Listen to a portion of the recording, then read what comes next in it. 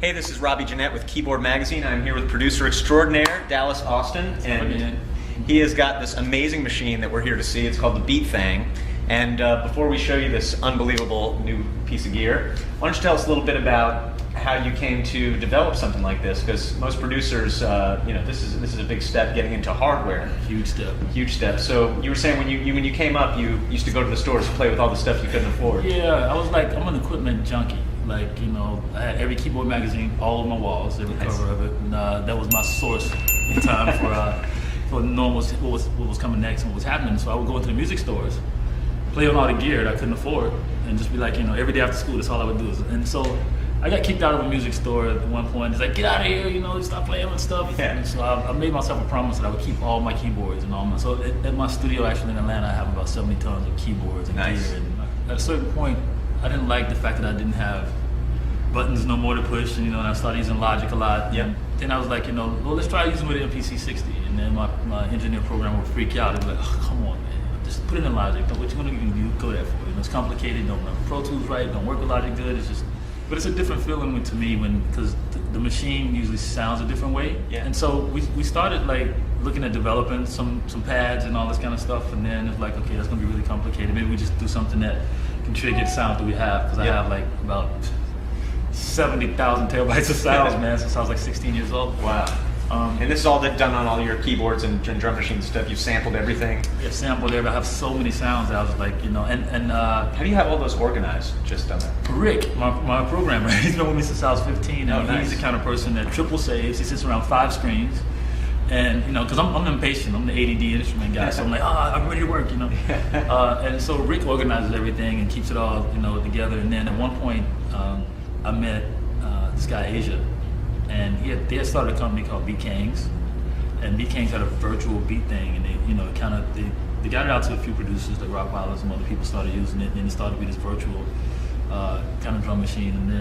And I've never really, it's only if any virtual machines I've seen in the drum machine, I've really not liked any of them, because the sounds just get so thin to me. And like you say, you're missing the knobs and that tactile feeling of it, and so I started talking to Asia, and then he's like, well, we're going to develop a Beat Thing box. And I was like, no, that's a good idea. Yeah. I was like, let's get into that. So finally I got to the point where we got the prototype box back, and I put it to the ring and made sure it worked with Logic, made sure it worked with Pro Tools, made sure it sounded right, made sure you did this, made sure you did that. And we spent another month just okay, everything that was wrong, let's go fix it. Yeah.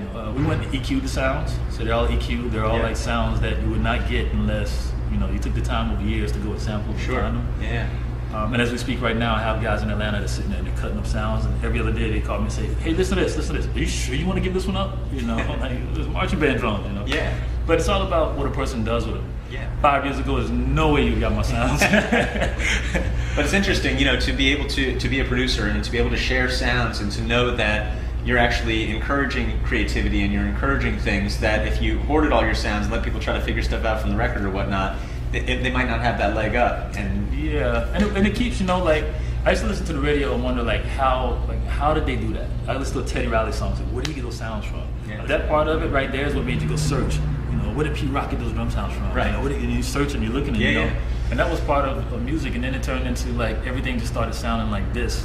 If it wasn't an 808 clap, or if it wasn't 909 drums, or if it wasn't a house beat, if it wasn't, I can tell you now, as soon as I hear a song on the radio, I'm like, oh, you kidding me? That's this sound. You kidding me? That's that sound. Right. So I wanted to put art back into music and back into boxes, and so I went back into really heavy production on new records I'm working on, Alex 242 is an artist that I have on Interscope from Bahamas, and I've taken every type of music possible and just blended it together as hard as possible. So it's one moment you think it's dubstep, one moment it's moombahton, the next moment it's from the islands, the next moment it's pop, the next moment it's hip hop. Nice.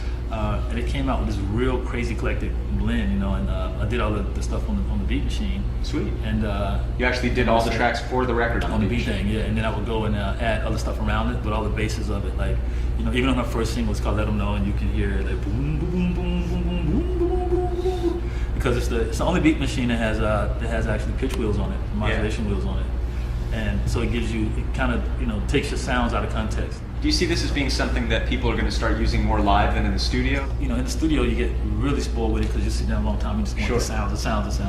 And then, but it's set up really easy too, because I didn't I was an MPC kid at first. Yeah. And then I went to this from the 60, you know, to all the way up to the 2000s, all the way up. And then it just lost me at about 4,000 or 5,000. I started getting like, oh, there's too much information. You know? What was the best model of the MPC in your opinion, having used them all? I liked the original 60, but I think when they got to the 2000, you know, it was really, you know, 1000, 2000 is like really where I thought everything was kind of cool at. Came together. Yeah, when it started to get like, you know, 4,000, 5,000, and started doing so much stuff, and if I wanted to go in and figure out how to erase something, I have to go in here and there and there. It's like, yeah. So that's when it started to become unfun. It Right. started to become better for like, you know, if you're a really technical guy, you know, and a lot of my tech guys, they love it because it's like, you know, so much in there to do, but right. when you're a creative person, you want tempo to be right here. Yeah. You just want to turn the knob and slow it down. You know, I try to set it up where it's as simple as possible, and at the last minute after we, you know, went through everything you could do, it was like, oh, well, you know, let's make it portable.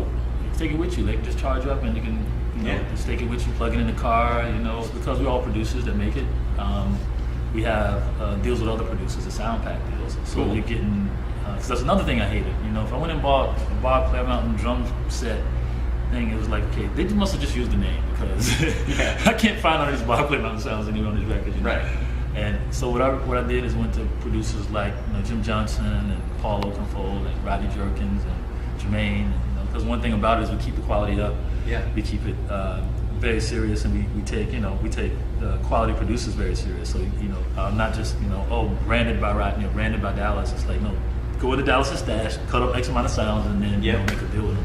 And we're really excited about that because as soon as you see, especially like new producers that start, when they can say, oh yeah, this is the kick drum I use on Creep, or this is the kick drum I use cool on Gwen Stefani, or like, you know, it kind of just, you know, envision it in a different way. And then you have like thousands of other sounds that's never been used. That's from my, Sure. you know, this is the start of it, and we have, you know, of course, other models and additions, and then we have like, you know, it's the kickoff of my Rowdy Electronics company. So you're gonna see all kind of stuff that comes out of here from a producer standpoint. Nice. You know, for real. Everything I've ever been aggravated with, That's trying to do away with it. You know, it's definitely nothing like it. You know, I went through every machine possible. Does it do this? Does it do that? Does it do this? Does it do that? And so it's unique in its own box. It's its own thing. Beautiful. Well, we're going to get a little demo so we can see how it works. So stick around.